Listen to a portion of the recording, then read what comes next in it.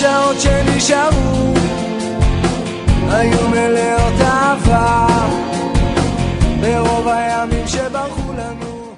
Vamos a continuar con la conversación sobre educación. En este caso vamos a poner el foco en la educación no formal, en el sentido más amplio. Tenemos un panelazo, un panel de aquella punta para aquí.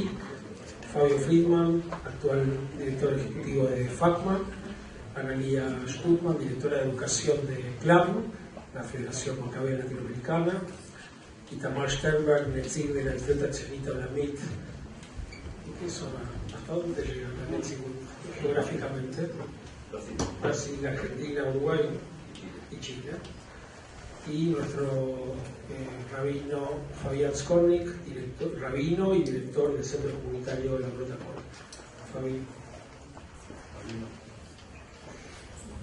Bueno, buenas tardes a todos. Rugino David, bienvenidos. Gracias por acercarse. Y vamos a compartir este espacio y por supuesto la dama va a ser la primera encargada de disfrutar de estos primeros 15 minutos de este papel, de forma estricta con el tiempo. Hola, buenas tardes. Es un agrado estar acá y muy sorprendida positivamente, se lo dije a mi Ram, Ale Bloch, cuando me invitaron a participar.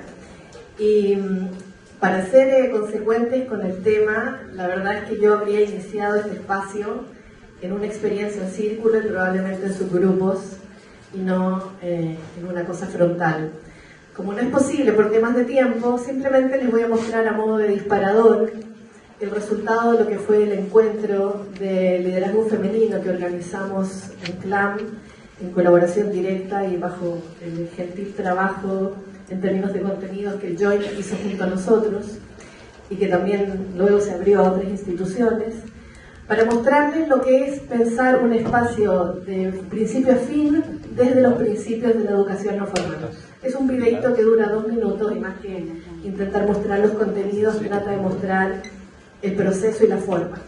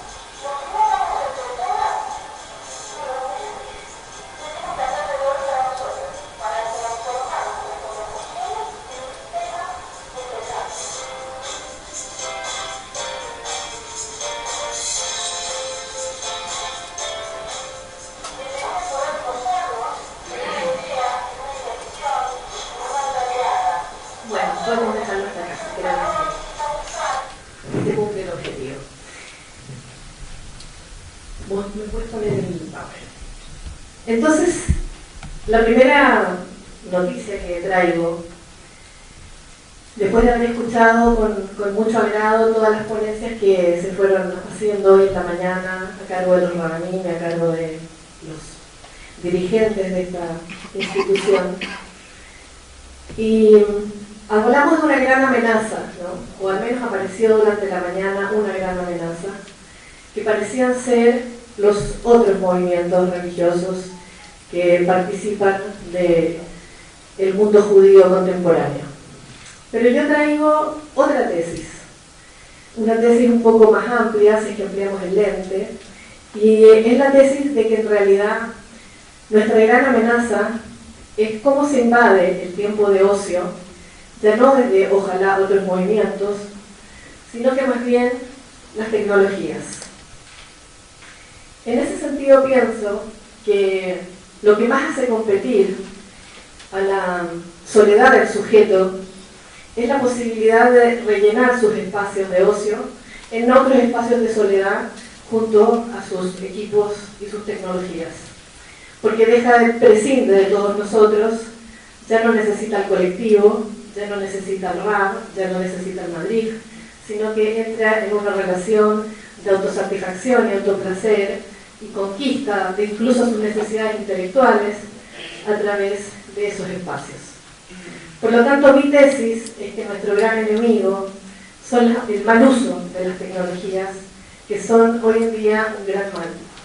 Debo decir que de profesión soy psicóloga y por lo tanto mi preocupación está en la mano de lo que nosotros llamamos las patologías del vacío, que se crean a propósito de esta intención de llenar los vacíos desde este lugar. Y ahí creo mi propia antítesis, y es donde pienso que la educación no formal es una oportunidad de dar beneficios, ¿no es cierto?, y bienestar al sujeto, al darle oportunidades de compartir con otros, de estar en grupos, y de esa manera romper la barrera del individualismo, romper la barrera del yoísmo, disfrutando de todas las ventajas que ofrecen los colectivos. Pero tampoco vamos a ser ningunos tontos, y en la mañana ya se habló de cómo se puede hacer uso provechoso de algunas tecnologías, pero la pregunta va a ser para nosotros cómo lograr un justo balance. En ese sentido, los quiero dejar asustados, y buscando caricaturas acerca de la tecnología me encontré con cosas que me parecieron muy divertidas. La cajita de cornflakes que dice Facebook llena un bote que dice Evo, que no se alcanza a ver muy bien, pero de alguna manera apunta a la pérdida en la calidad de los lazos interpersonales, la falta de vínculos profundos, el déficit del desarrollo y práctica de las habilidades sociales, el enajenamiento del entorno que lleva al egocentrismo y en casos de debilidades psicológicas a las patologías del vacío. Crea un sujeto inmediatista, intolerante ante las frustraciones, incapaz de aprender a compartir, esperar, postergar, esperar turno, esperar un semáforo, dar la pasada a un anciano. Debilidad en las destrezas de comunicación y negociación interpersonal, y en el fondo se produce una profunda pérdida de lo que es la profundidad emocional e intelectual. Mucho estímulo y poca retención y poco impacto. Ofrezco que desde ya está en el computador del seminario esta presentación y se la pueden pasar a todos que quieran tenerla. Entonces, se produce un dilema para el buscador de si algo más que no venga dado como un dogma, porque bien sabemos, somos todos muy inteligentes los que estamos acá y podríamos estar en este espacio, y también Internet se puede volver un dogma. Son dos saberes envasados, o lo sabe Wikipedia, o lo sabe mi rap, que todo lo sabe, o lo sabe mi maestro de Chikun, porque ahora también los judíos hacemos chikung y budismo y cuanta cosa, porque verdades todos andamos buscando. Por lo tanto, todos aquellos que queremos salirnos de las lógicas de que nos van a entregar una verdad desde afuera, como una verdad absoluta, tenemos un dilema que resolver. En la mañana escuchaba y decía qué coherente con lo que yo pienso, ¿no? Yo había escrito, ya no estamos en las certezas de los 80 y los 90, donde muchos de nosotros empezamos nuestras carreras como profesionales y como voluntarios en la Keilah, cuando creíamos que los colectivos habilosos, creativos y progresistas subirían al poder en todo orden de cosas y seríamos grupos humanos felices, profundos, diversos, cultos, amorosos y colaborativos. Esa fue la promesa de los 80, donde fuimos muchos de nosotros adolescentes, derrotamos todas las dictaduras posibles en Latinoamérica, le dimos nuestros votos a todos los presidentes democráticos que nos prometieron que iban a hacer las cosas distintas, y hoy estamos donde estamos. Bueno, entonces, ¿cuál ha sido mi propia solución ante esta desilusión?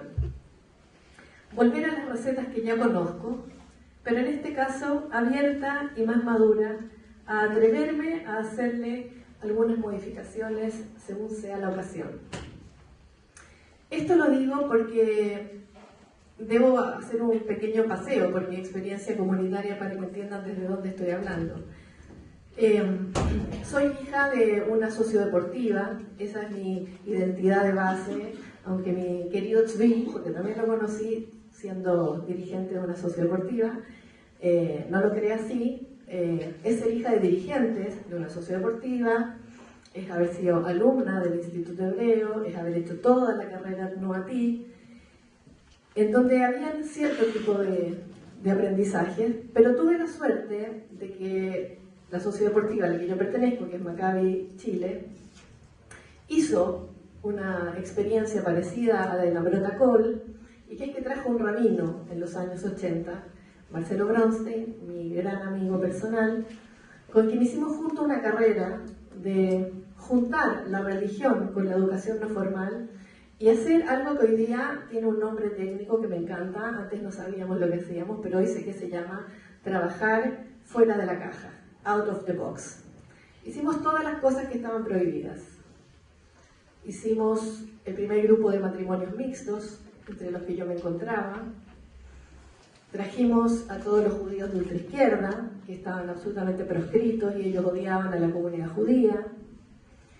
Hicimos los primeros bar mitzvot de niños down de Sudamérica.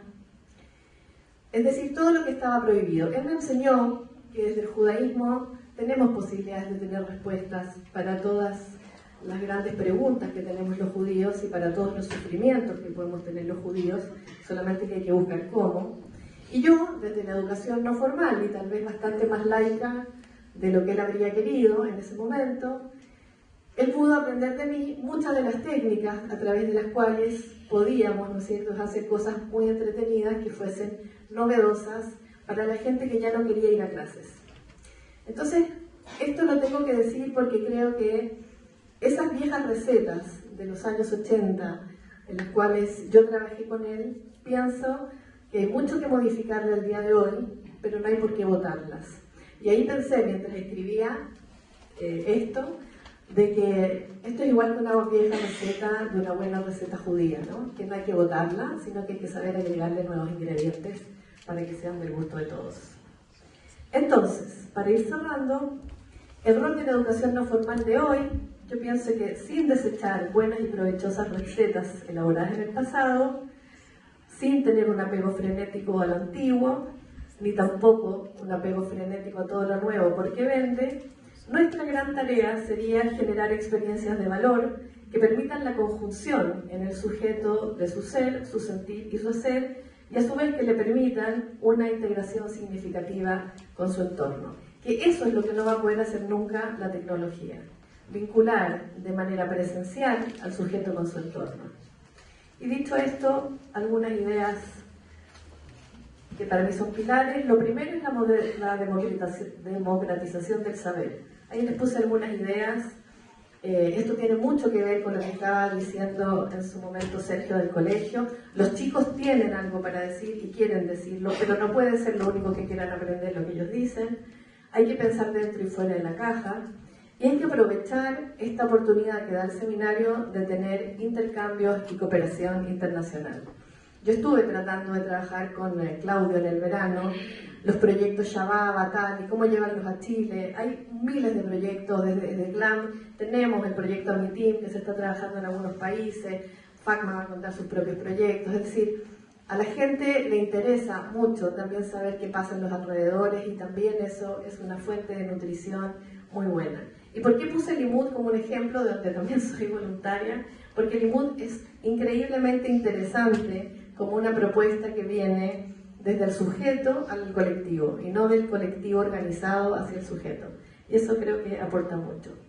¿Cuáles podrían ser los medios? No sé si estoy lista en el tiempo o me quedan un par de minutos. Ok. Libertad para crear encuadres de diversa naturaleza, ¿no es cierto? Que eso es lo más interesante. Construir programas que tomen los emergentes sociales. Aprovechar experiencias transgeneracionales. Es muy interesante cuando se juntan distintas generaciones a compartir sobre un mismo tema y no son siempre los grandes los que hablan. Tomarse los nuevos medios y tecnologías.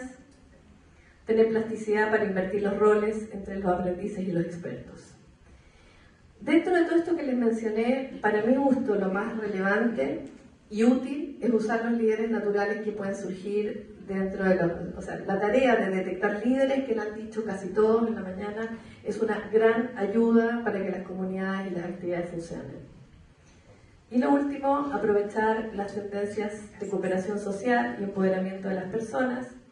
La gente quiere participar de la construcción de sus propias agendas y aprendizajes. El saber hoy en día está en nosotros, no está puesto solo en el maestro, ni está puesto solo en mí.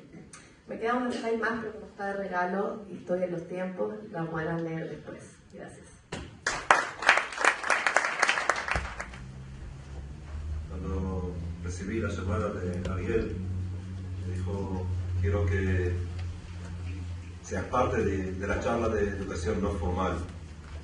Yo le dije, ¿por qué? Llamame a la formal, la conozco más.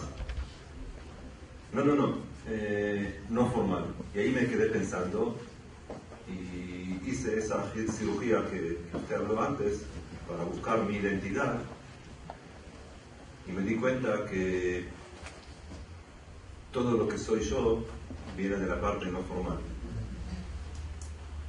Ahora, ¿qué tan formal tiene la educación formal y qué tan no formal tiene la educación no formal, que hoy podés estudiar en la Universidad de Educación No Formal? Entonces, ¿qué no hay formal ahí?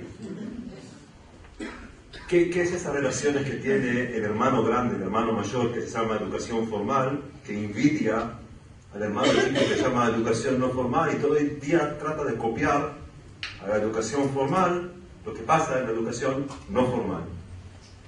Y pasa en los recreos, pasa en los paseos, pasan en el tiempo que tiene el educador con sus alumnos.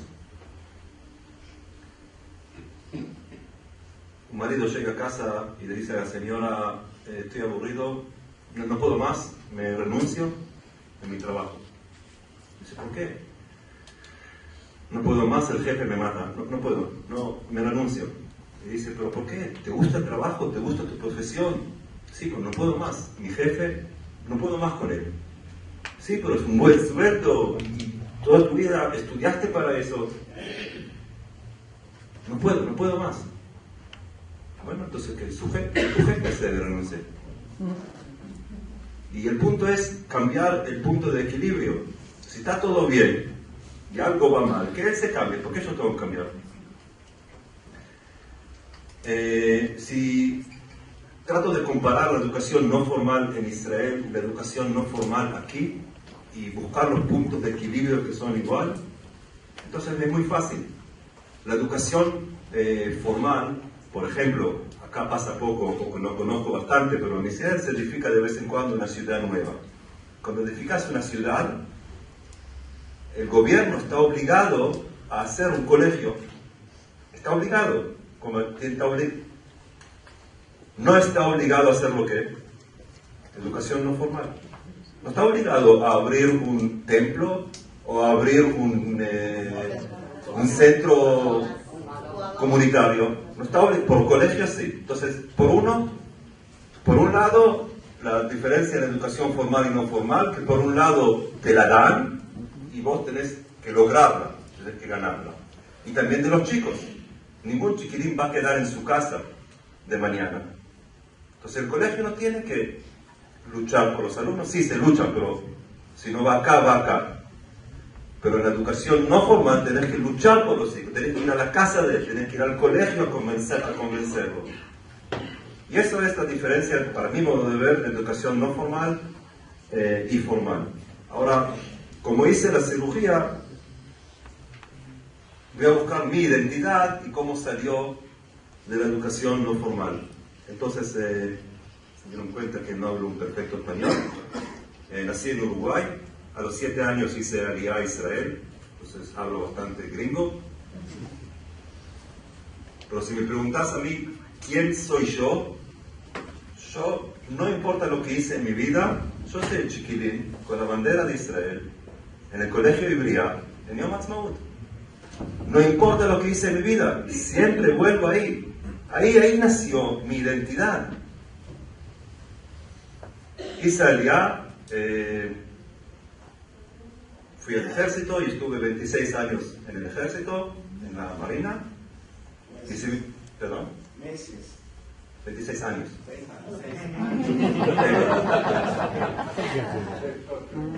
Fui a la marina y todas las misiones que tuve que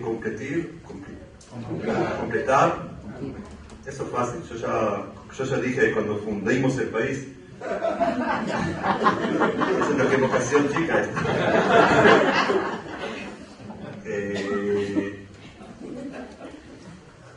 5 o 6 guerras estuve en las fuerzas especiales, en la marina.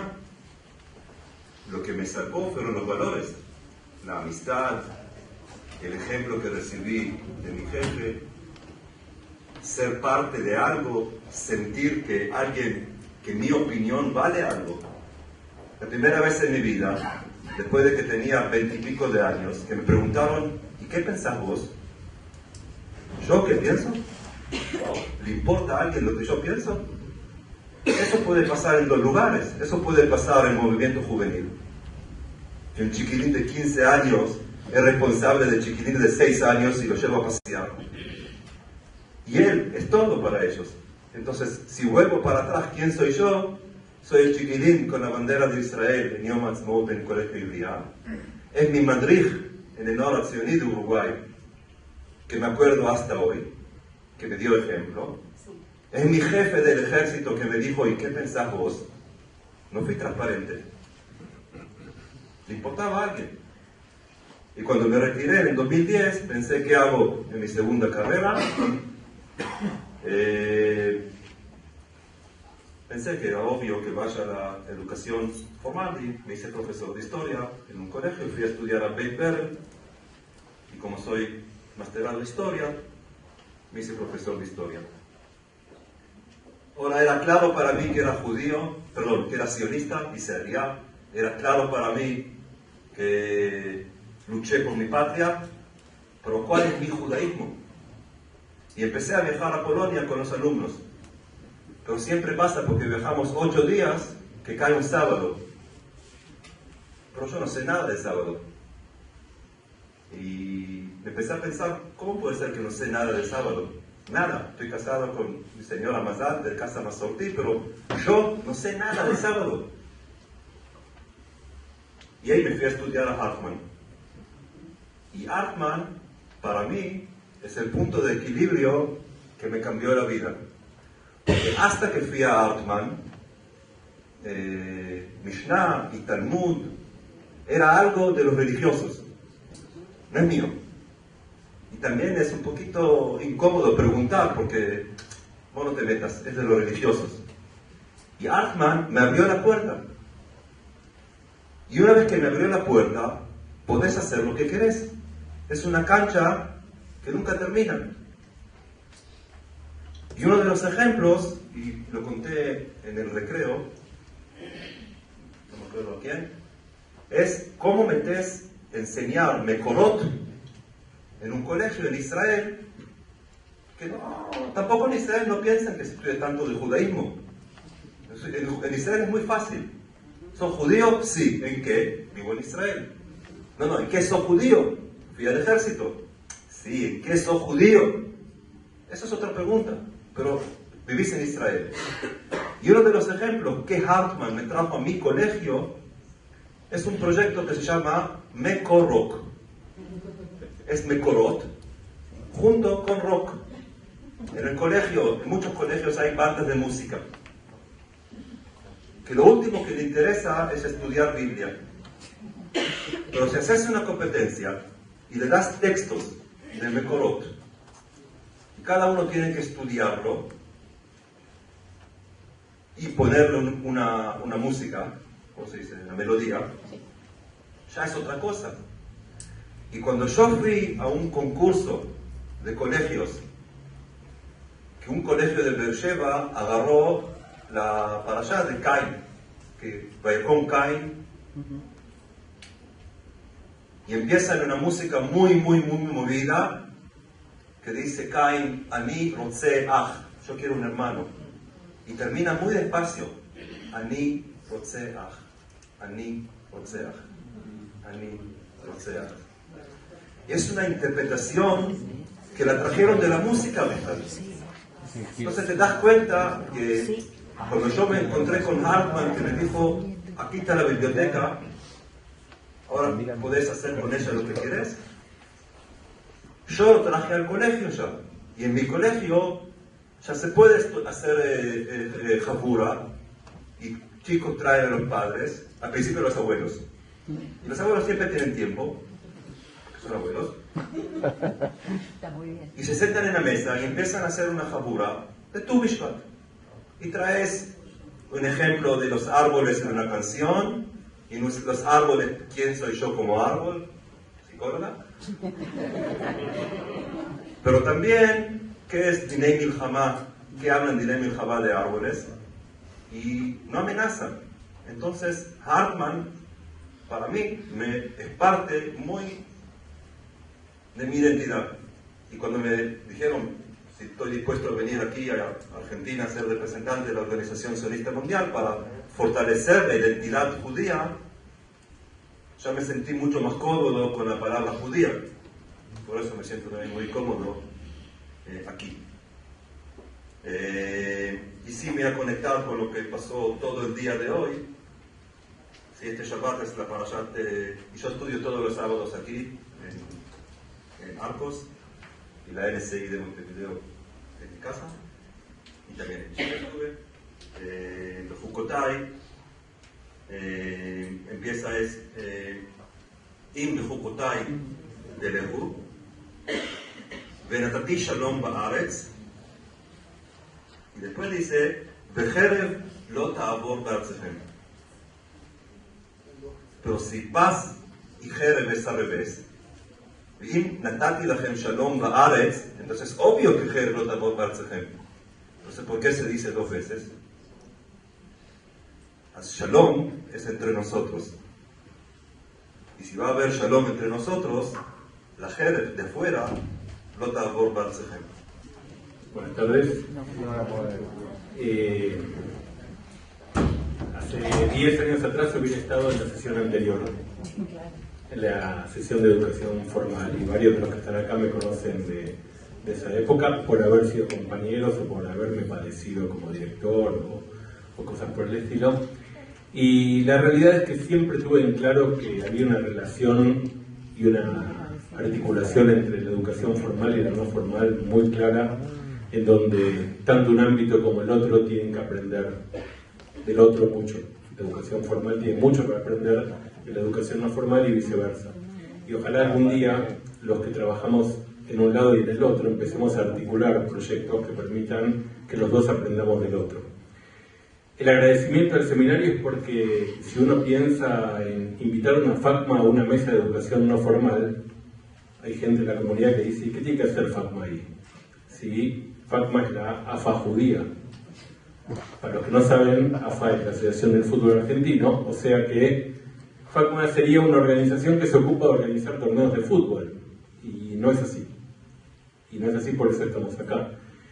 Y cuando estaba mirando las palabras que forman parte del fondo del cuadernillo, coinciden bastante con este material que hicimos este año en FACMA y que aparecen deportes, encuentros, macabeada, pertenencia, espíritu macabeo, amistad, continuidad judía, cultura, juegos macabeos, pasión macabea, adraja, Israel, judaísmo y Hazak Bematz, que es el saludo macabeo por excelencia. Así que no me parece tan fuera de lugar que hoy esté acá, porque entre otras cosas, este tema de que haya pasado de la educación formal a la educación no formal tiene que ver con una visión que hace 8 años atrás tuvo la dirigencia de FACMA, de decir, esta federación tiene que proyectarse bastante más allá de donde está parada ahora y pensarse desde una concepción educativa más amplia. Y es como el deporte no deja de ser un nexo y una manera muy importante de llegar al judaísmo y de llegar a Israel por sobre todas las cosas, pero también la educación no formal empezó a adquirir otra relevancia. Y esa historia personal, que empieza, que hace 10 años atrás era como director de una escuela de la red escolar judía, y 8 años anterior vicedirector de otra escuela de la red escolar judía, empieza con un joven que es madrij, y que al ser madrij empieza a pensar la educación en serio. Primero como un juego, primero como una experiencia personal y después ya como una profesión o como algo que lo vincula a su comunidad. Cuando pensamos en las estructuras que tenemos en nuestras organizaciones macabeas, pensamos en chicos de 14, 15 años que empiezan la escuela Madrijim y que tienen un modelo de identificación muy fuerte, que es el Madrid que tuvieron cuando tuvieron 4, cuando tuvieron 6, cuando tuvieron 8, cuando tuvieron 10, y ahí es donde dijeron, yo también quiero ser como él. No dicen, quiero ser Madrid como él, porque la impronta, la marca que dejaron esos Madrijim, esos chicos, genera una continuidad que dentro del movimiento macabeo es fundamental. A esa continuidad le da fortaleza los programas de educación no formal, fundamentalmente porque no todos los chicos que asisten a las sociodeportivas van a escuelas de la red escolar judía. Esta es una realidad con la que tenemos que lidiar. Si quieren nos ponemos de acuerdo todos para ver cómo hacemos para que eso suceda, pero en el mientras tanto tenemos que trabajar con chicos que su vinculación, a veces su única vinculación con lo judaico, es la participación en actividades en los movimientos macabeos. Y estos chicos que se convierten en Madrijim por identificación con otros que marcaron el camino, son chicos que desarrollan un montón de capacidades que le van a servir no solamente en el ámbito comunitario, sino fuera de ella. Los anoté algunos para recordar: manejo de grupos, ya se habló antes de esto, administración del tiempo, planificación, presupuesto y uso de recursos, estrategias de liderazgo, desarrollo de la responsabilidad. Y Tamar recién dijo Madrijim de 15 años que se hace cargo de chicos de 6 y los lleva a los Mahané. Yo cuando tenía 22 años y dirigí un campamento en la COA decía, no entiendo cómo los padres confían en mí. Pero bueno, ellos confiaban, yo confiaba en mí, las cosas salieron bien y nunca les pasó nada a nadie. De ahí que hay como dos líneas dentro de la federación que son fundamentales. Por un lado, la educación no formal y por otro lado el deporte, que sigue siendo parte de la educación no formal y el medio para enseñar un montón de cosas. Ustedes saben que las instituciones macabeas tienen diferentes escuelas de Madrijim, porque cada institución, como vengo escuchando desde las 8:30 de la mañana, tiene una modalidad diferente y una ideología diferente que es transmitida y que pretende formar a sus Madrijim con la intención de que sean los portavoces y los continuadores de una forma de pensar y de sentir el judaísmo. Y dentro de la federación, ¿ustedes saben qué es FACMA? ¿Qué significa la sigla? Federación Argentina de Centros Comunitarios Macabeos. Y dentro de eso que se define como Centros Comunitarios Macabeos, hay instituciones bien diferentes. Está la Ambrotacol, que no porque esté Fabián acá y no quiera quedar bien con vos, es la que más se parece al concepto que en la cabeza todos tenemos del centro comunitario. Y después tenemos instituciones afiliadas o adherentes o invitadas que son más laicas y menos vinculadas con la religión, y algunas, voy a decir la palabra, más ortodoxas, como puede ser el caso del Círculo Social Hebreo Argentino, donde la población es ortodoxa. De hecho, la sede del Círculo Social Obrero Argentino en Ezeiza tiene un templo dentro del club. Y no un templito, un templo. Y el otro día hablaba con el director ejecutivo del Club Casa, que me decía que los chicos más observantes del círculo, lo cual para mí ya era como mucho, se pasaban al Club Casa porque observaban aún más. Y entonces, ¿qué pasa con estas organizaciones dentro de FACMA? Afortunadamente todas tienen cabida y buscamos la manera de que todas se encuentren identificadas con el movimiento macabeo y con la propuesta que la federación hace. No juegan los sábados, juegan los domingos, adecuamos todas las actividades a que todos los chicos puedan participar y de hecho la Escuela de Madrid-Gym de FACMA es el espacio que crea la federación para formar Madrid-Gym de instituciones que no tienen caudal societario como para tener cantidad de chicos que hacen su formación como Madrid-Gym. A veces las instituciones más grandes nos dicen, ¿y por qué? Que es el debate permanente, ¿no? ¿Para qué hace falta más escuelas de Madrid-Gym si ya con las que hay son más que suficientes? Y la respuesta es que el día que las instituciones más pequeñas, las llamamos de menor caudal societario para no hablar de instituciones grandes y chicas, el día que las instituciones chicas no tengan un propio espacio de formación de sus Madrid-Gym van a desaparecer. Porque esos chicos van a ir a otra institución, van a dejar su lugar de pertenencia y esas instituciones sin Madrid-Gym van a perder contenido. Van a seguir jugando al fútbol, pero van a perder contenido. El cierre, la articulación de todos estos proyectos tiene que ver con el programa BKF, que es la experiencia educativa, a mi modo de ver, más significativa que vive un joven en la Argentina, no comparable con... me gusta más esto que esto. No comparable con Taglit. Taglit tiene sus objetivos, ya los dijeron acá, pero el programa BKF es un programa educativo de 26 días en Israel, de contenido educativo desde que se levantan hasta que se van a dormir. Y hablar de contenido educativo, quiero decir dos ejemplos más desde lo deportivo, si Gaby no me mata. Uno tiene que ver con la Macabeada Mundial. Vamos a cerrar la presentación con un video promocional de la Macabeada. Este año se llevan a cabo las Macabeadas Mundiales, del 4 al 18 de julio. Y desde que empezamos hasta que terminamos el proceso de la Macabeada, entendemos que los deportistas que van a viajar a Israel tienen que vivir una experiencia comunitaria significativa. No es solamente ir a jugar al deporte que juegan. De ahí que Avi no me va a dejar mentir, porque Avi va como deportista de tiro con arco. Hacemos un montón de actividades que tienen que ver con charlas para los jóvenes con Gabriel Bentascal, que habla de Aspará, actividades en las diferentes instituciones comunitarias, como el Museo de la Shoah, AMIA, etc. Con lo cual le damos contenido a toda la experiencia que van a vivir en Israel. Y recién hablamos con Itamar, los chicos de las categorías juveniles van a tener un partido de fútbol con chicos árabes en Haifa, lo cual forma parte también de los contenidos que nosotros permanentemente tratamos de darle para que el deporte sea un medio para.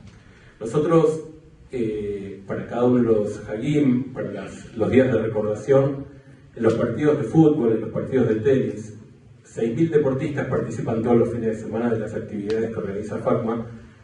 Antes de los Hagim, antes de cada uno de los días de recordación, se lee un texto donde se junta a todos los jugadores en un espacio compartido, en el caso del fútbol, en el círculo central, y se lee el texto que refiere a cuál es la celebración que estamos transitando como comunidad.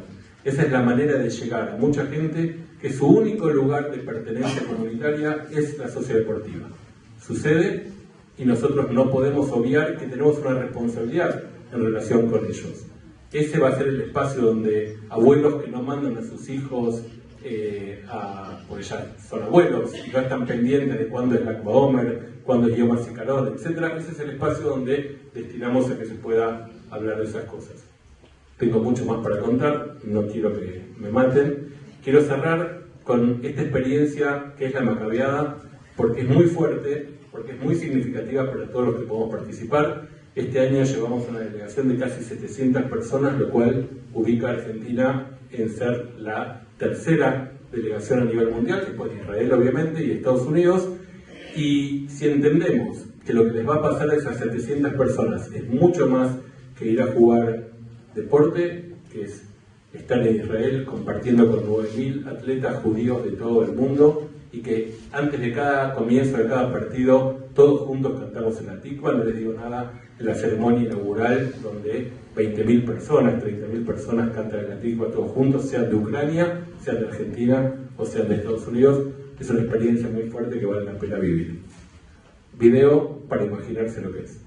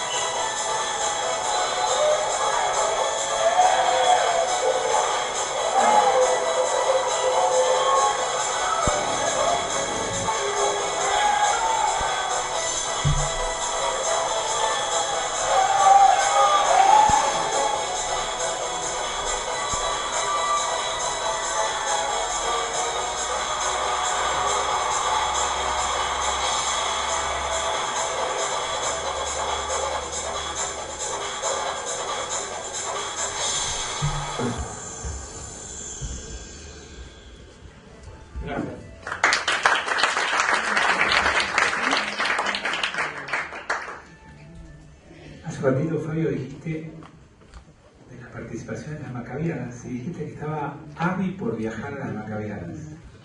Y en esta casa Avi es Avi Skorka. Y dije, chau, el Mashiach que está llegando. Pero me parece que hablas de otra persona, ¿no? Mucho gusto.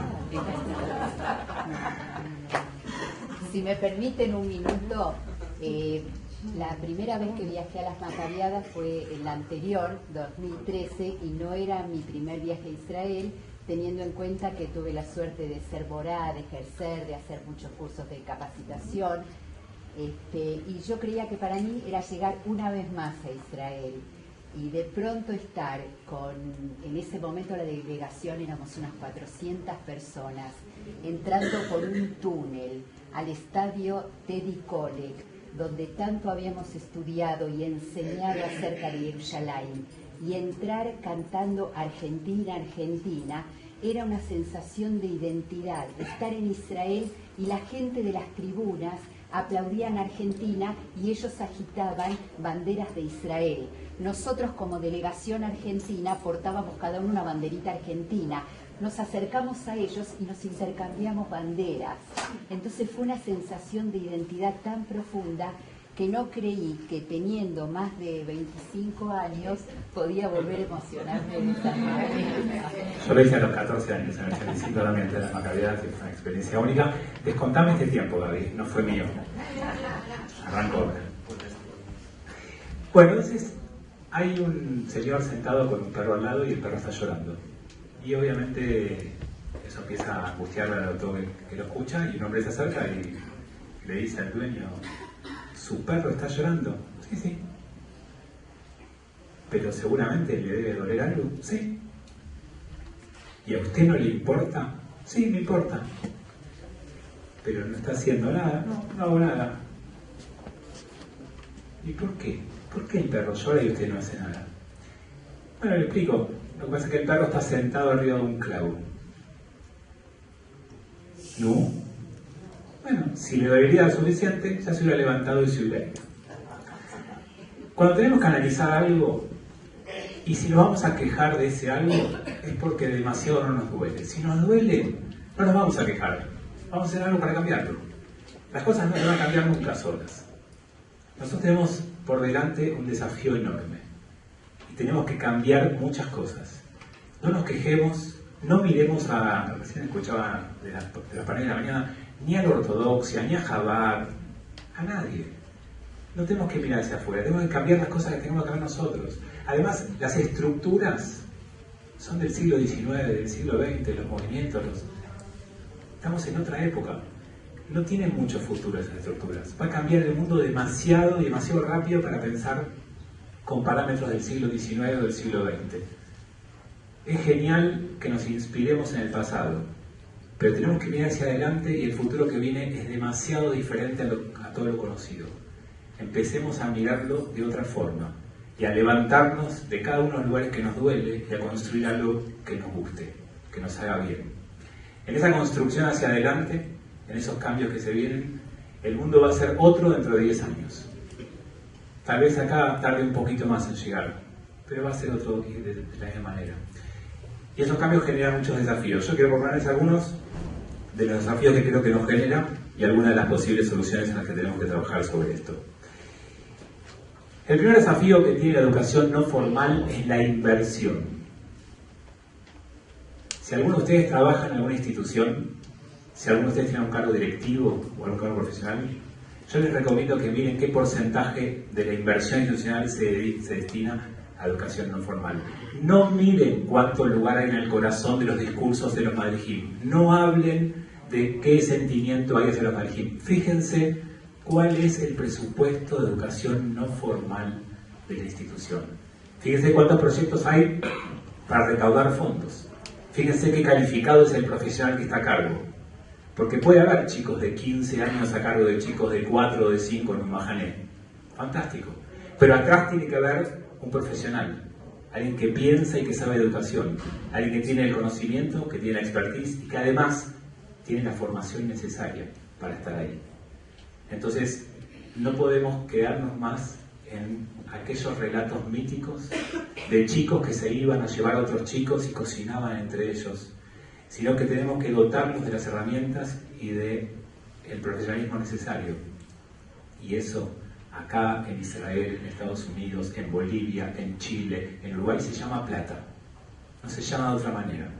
Hay que invertir en educación no formal. Y por supuesto que al lado de la inversión hay que dotar a estas organizaciones de la capacidad de ayudar con becas.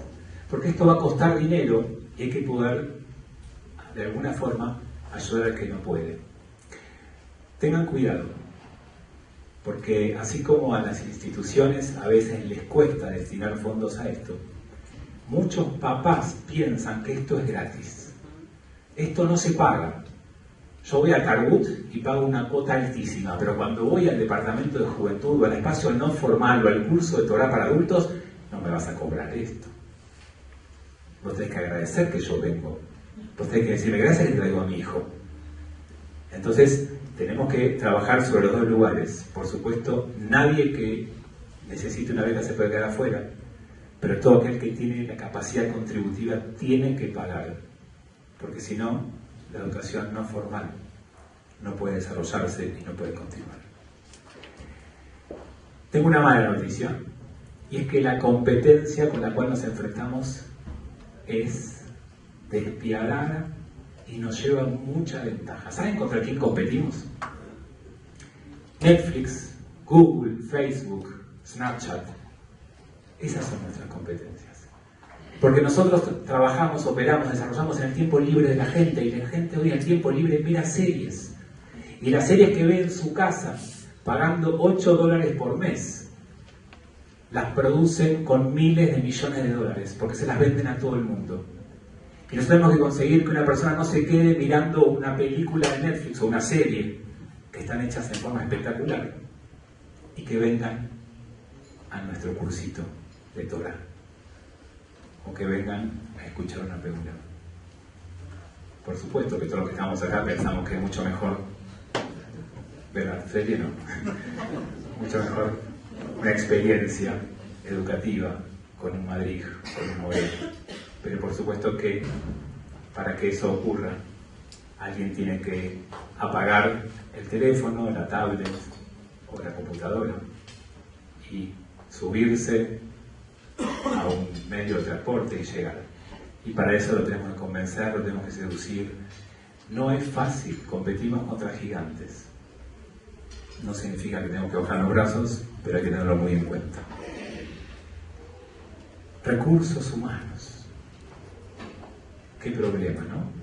Porque para que esto funcione, para que esto resulte, tenemos que saber que las personas que están a cargo de todo esto son claves, son fundamentales.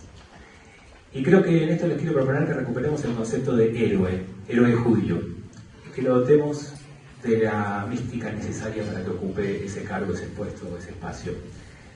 Ustedes saben que Moshe fue algo así como Messi, Ronaldo y Maradona, todos juntos en una sola persona, y Moshe tuvo un título.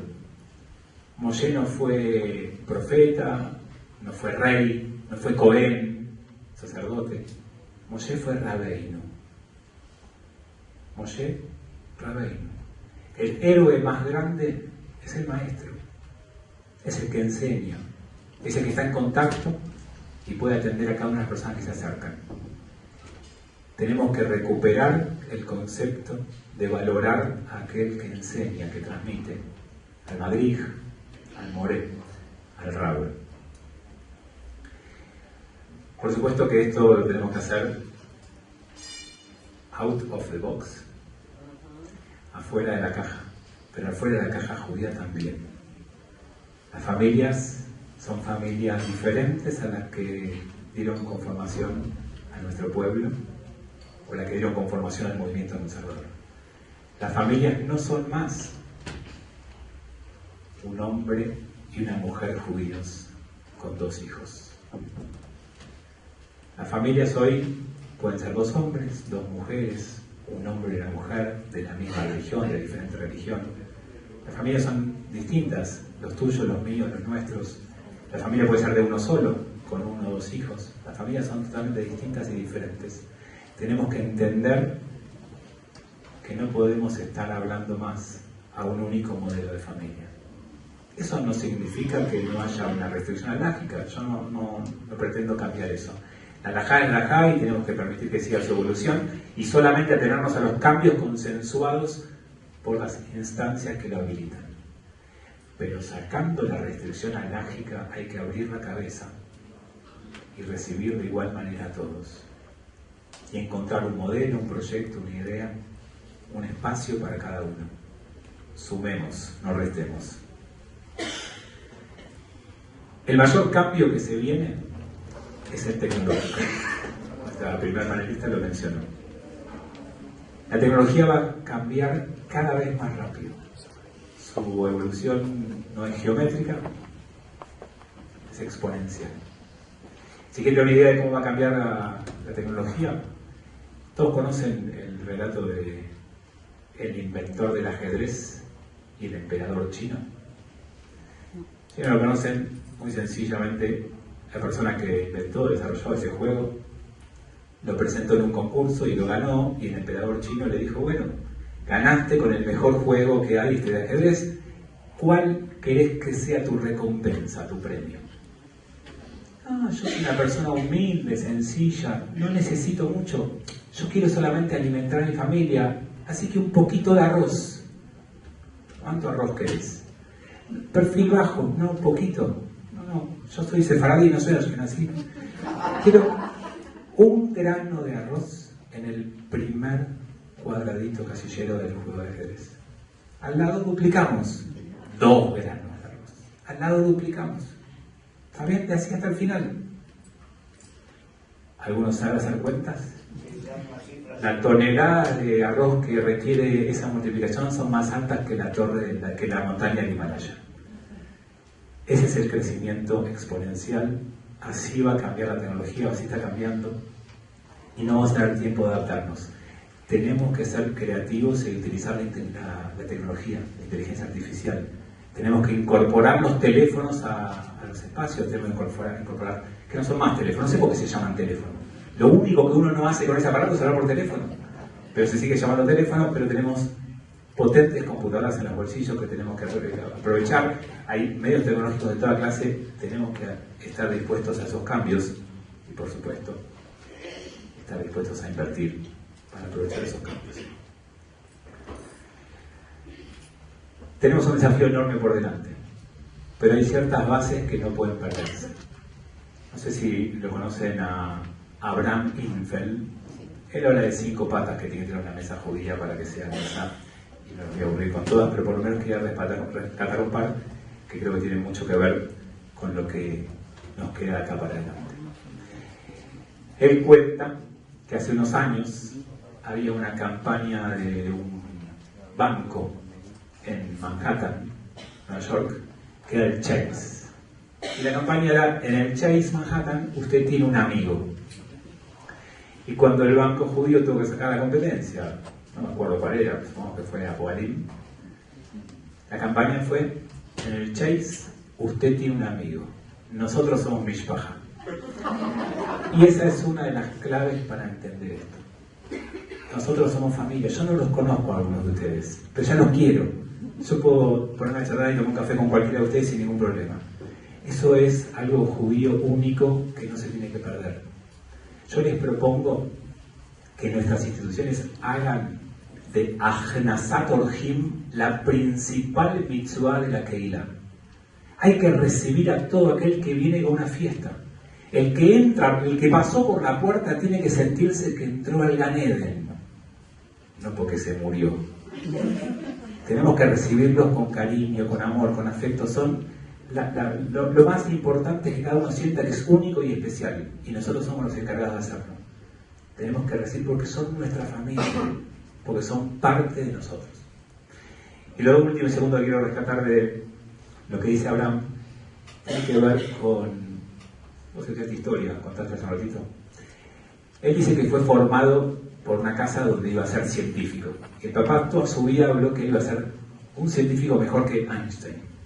Hasta que llegó a la universidad y vio una chica linda entrando al curso de historia.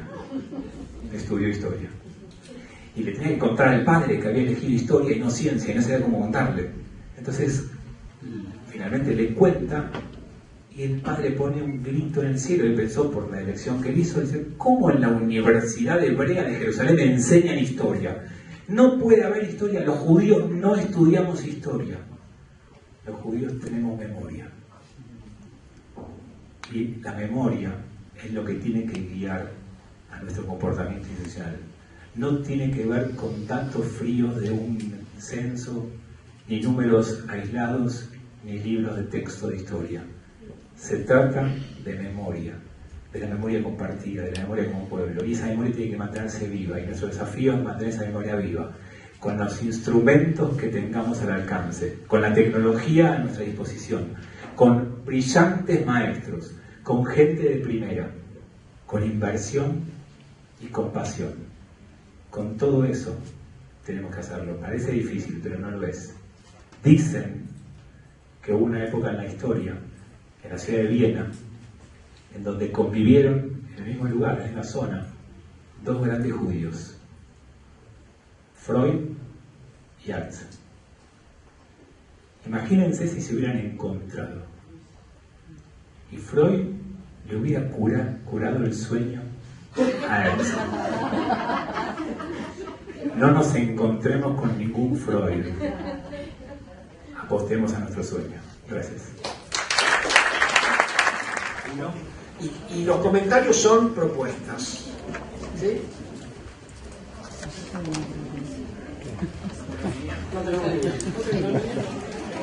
¿Qué? ¿Una niña? Diego, dale. Estaba pensando en lo que dijo Analía con respecto a la tecnología. Pensar que también eso es lo que a veces trae, a mí estoy pensando que trae en la plata. Y es el hecho de que la tecnología hoy en día ha creado en los jóvenes la idea que no necesitan una comunidad. Porque yo puedo estar en casa y me quedo en pijama, trabajo en casa con la computadora, pago el banco, pido comida en mi casa, si bajo al gimnasio en mi edificio, y me convenzo que no necesito a otra persona. Y pensaba, yo estuve esta semana pensando cómo, por el tema de mi comunidad, conseguir dinero, empezar a pensar en eso, unir. La propuesta es hacer a la gente más religiosa en el sentido de menos espiritualidad y más religiosidad en el sentido de comunidad. Que los antepasados, la gente viene a buscar espiritualidad, hacerles entender que necesitan hacer lo que decía un poco Fabián, comprometerse desde acá también, o sea, colaborar para la comunidad, sacando la metáfora de la tecnología también. Menos tecnología, más comunidad. Es una propuesta, me quedé pensando en esto. Yo tengo una duda que es, recién dijeron hace un par de paneles que se había robado el concepto de religión para el lado de la ortodoxia. Yo creo que la tecnología robó la palabra de comunidad, porque la palabra comunidad hoy se usa para grupos de Facebook, de comunidad virtual, y son para un montón de cosas que no son la comunidad que estamos hablando acá. Entonces, creo que nosotros deberíamos redefinir nuestra palabra comunidad, porque todos nosotros vivimos en su momento la palabra comunidad, o la vivimos, pero los chicos que hoy son adolescentes y que empiezan una vida comunitaria, no es la misma palabra, y cuando nosotros hablemos de comunidad vamos a expresar una idea y ellos van a entender otra, y ahí vamos a tener un choque generacional que, como decía Fabián, nos va a pasar por encima. Entonces, o redefinimos la palabra comunidad o la cambiamos, porque a la tecnología no la vamos a cambiar, y ahí hay un dilema de cómo lo solucionamos esto. A mí me impactó lo que dijo antes Fabio del texto ese, que es lo único que por ahí los chicos estos tienen judaísmo, es ese texto que dice antes de la competencia deportiva. Y pensé que hay que encontrar la manera de aprovechar eso, que antes de una competencia deportiva o educación no formal o lo que sea, encontrar la manera de ampliar eso, que es muy, muy limitado, que es mejor que nada, por supuesto. Pero si esa es la manera de atraer a los chicos, combinando la actividad no formal o la actividad deportiva con contenido judaico, hay que tener la manera de incorporar más de eso, porque estamos perdiendo la batalla en gran medida. La gente no tiene una entidad judía fuerte. No puede ser que un texto de un renglón sea todo lo que tenga, porque no alcanza tampoco. Es mucho mejor que nada, pero es poco. Gracias. Lore. A mí me parece que, permiso que opino, en algún punto uno está siempre hablando que la tecnología, que el enemigo, y quizás la tecnología no deja de ser un canal. La pregunta es quién es mi interlocutor, quién está emitiendo el mensaje, porque si no vamos a echarle la culpa a un montón de cosas y quizás quien me habla no es mi referente, jamás me escuchó, no sabe cuál es la necesidad. Si pensamos que la tecnología nos puede ayudar en algunos temas de medio, yo tuve una experiencia, asistí a un familiar hace poco, estamos en el Darush y no había Sidurim. Gracias a alguien que creó una app con el Sidur, se pudo hacer la tefilá para el Darush. Entonces, la tecnología también puede ser el aliado, también puede ser algo que fogonee, y para hacer una banda de madrigim que usan un montón los hashtags. Y los chicos se copan con el hashtag de yo voy al Mahané y hacen una campaña viral para generar inscripciones. Entonces, quizás es el mensaje, no solo la tecnología, el canal. Era eso. Dos más. Andrea. No sé, ¿cuál es el nombre tuyo? Yo, Diana. Diana. Yo pensaba un poco lo que decía Diana, yo estaba pensando un poquito lo mismo en relación a que hay un espacio que hay que aprovechar mejor. Yo creo que los chicos van a los movimientos y aunque es educación no formal, yo creo que hay que aprovechar esa instancia y se aprovechan poco. Lo que tú decías, perdón, no sé el nombre tuyo, sí, en relación a que los chicos, lo que decía Fabián, en relación a que los chicos necesitan un profesional encima, y a lo mejor ellos sienten que no lo necesitan, pero nosotros como comunidad sabemos que ahí hay una instancia súper buena que se podría aprovechar. Lo hicimos a través, ¿no es cierto, Alejandro, con Tali? los llamamos a los chicos a los movimientos y tratamos de hablar con ellos. Yo creo que la idea es juntar las distintas instancias y que puedan entender que hay chicos que solamente tienen esa oportunidad. Entonces, que es una oportunidad que no se puede desaprovechar. Y para eso un adulto es importante, un profesional, por lo menos para asesorarlos, para aprovechar el instancia. Último, Diego. Sí, me parece que, habiendo gente de FACMA, habiendo instituciones, escuelas y de todo tipo, creo que tenemos que empezar a buscar la manera de transversalizar las relaciones judías.